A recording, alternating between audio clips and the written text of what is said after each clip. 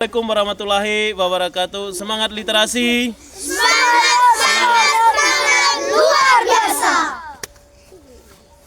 Perkenalkan, nama saya Venansensius Santai. Saya mengajar di SD Batu Bangka, Kecamatan Pacar, Kabupaten Manggarai Barat. Kurang lebih selama 10 tahun saya menjadi seorang guru. Saya mengamati bahwa banyak anak-anak yang saya dampingi dengan kemampuan yang sangat beragam. Ada yang cepat memahami teks bacaan, ada yang sangat lambat sekali. Bahkan di kelas saya, khususnya tahun 2025, saya menangani anak-anak yang berkebutuhan khusus. Satu yang cacat fisik dan satu yang tunawicara. Bagaimana saya menangani ini?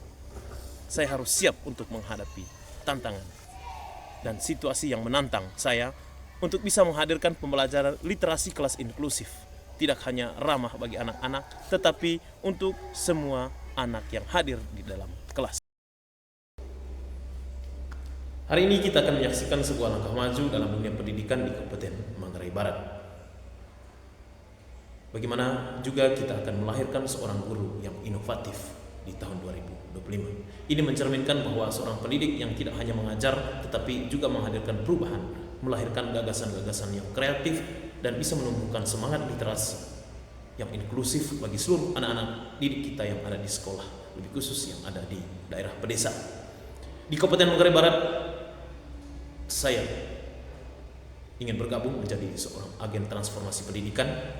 Saya hadir dengan visi yaitu menggerakkan budaya belajar yang menyenangkan.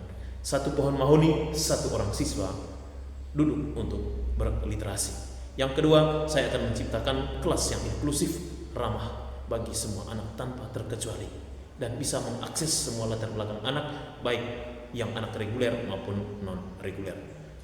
Dan saya juga bisa memanfaatkan teknologi kearifan lokal dan kolaborasi menjadi bagian yang penting dalam pembelajaran. Di tahun 2025 ini merupakan momentum yang sangat berharga bagi saya sebagai seorang guru inovasi. Walaupun rapor pendidikan kami di SD Batu Bangka pada periode terakhir mengalami perubahan, hal ini tidak serta-merta mencerminkan hilangnya semangat belajar di sekolah kami. Rapor pendidikan hanyalah angka yang menggambarkan capaian dalam kurun waktu tertentu, sementara proses pendidikan adalah perjalanan yang sangat panjang dan penuh dinamika. Saya sebagai guru di SD Batu Bangka, khususnya di kelas 4A, kami menyadari bahwa ada banyak faktor yang mempengaruhi hasil rapor pendidikan. Mulai dari keterbatasan sarana dan prasarana, latar belakang peserta didik, sehingga tantangan guru dalam mengelola kelas yang beragam. Namun di balik angka yang tampak menurun itu ada satu kekuatan yang terus tumbuh, yaitu semangat literasi. Di SD Batu Bangka, literasi bukan hanya sekedar membaca buku, melainkan gerakan bersama untuk membuka jendela dunia. Kami harus menghidupkan kegiatan ini, dan saya lakukan adalah membaca pagi. Bagaimana saya melakukan baca pagi itu? Dengan satu topik yang paling keren adalah satu pohon mahoni, satu anak untuk melakukan literasi. Semoga dengan kegiatan-kegiatan membaca ini, anak-anak bisa diajak untuk bisa memahami dan menceritakan kembali dan mengaitkan cerita-cerita yang ada dalam teks bacaan dengan kehidupan mereka sehari-hari. Semangat literasi ini menjadi fondasi yang kami percaya untuk membawa sebuah perubahan positif ke depannya. Saya yakin meski rapor pendidikan saat ini menunjukkan angka yang menurun, bila semangat literasi kita terus dikembangkan secara konsisten, maka kualitas berpikir, kemampuan berbahasa, serta karakter anak-anak di SD Batu Bangka akan tumbuh kuat. Dan dari sinilah perlahan capaian rapor pendidikan akan kembali meningkat. Bagaimana Bapak sebagai seorang kepala sekolah menanggapi kegiatan literasi di SD Batu Bangka yang beragam? Baik, terima kasih banyak.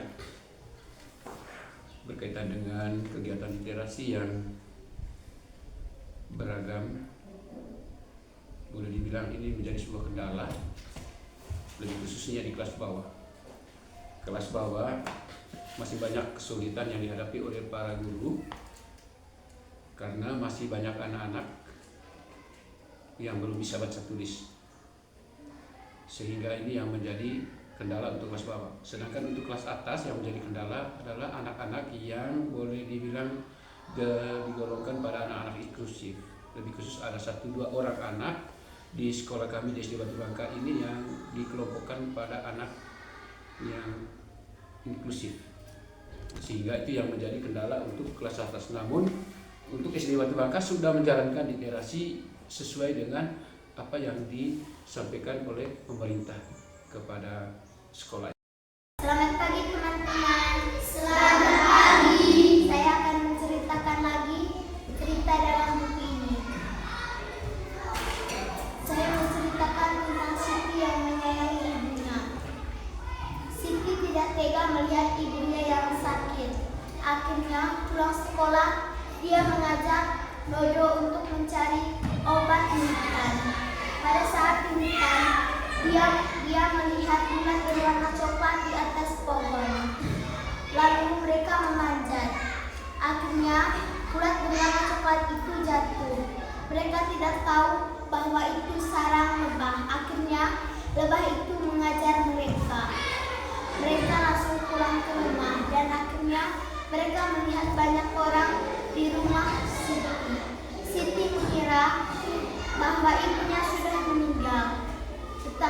Tetapi ada dokter yang datang ke rumah mereka untuk mengobati ibunya.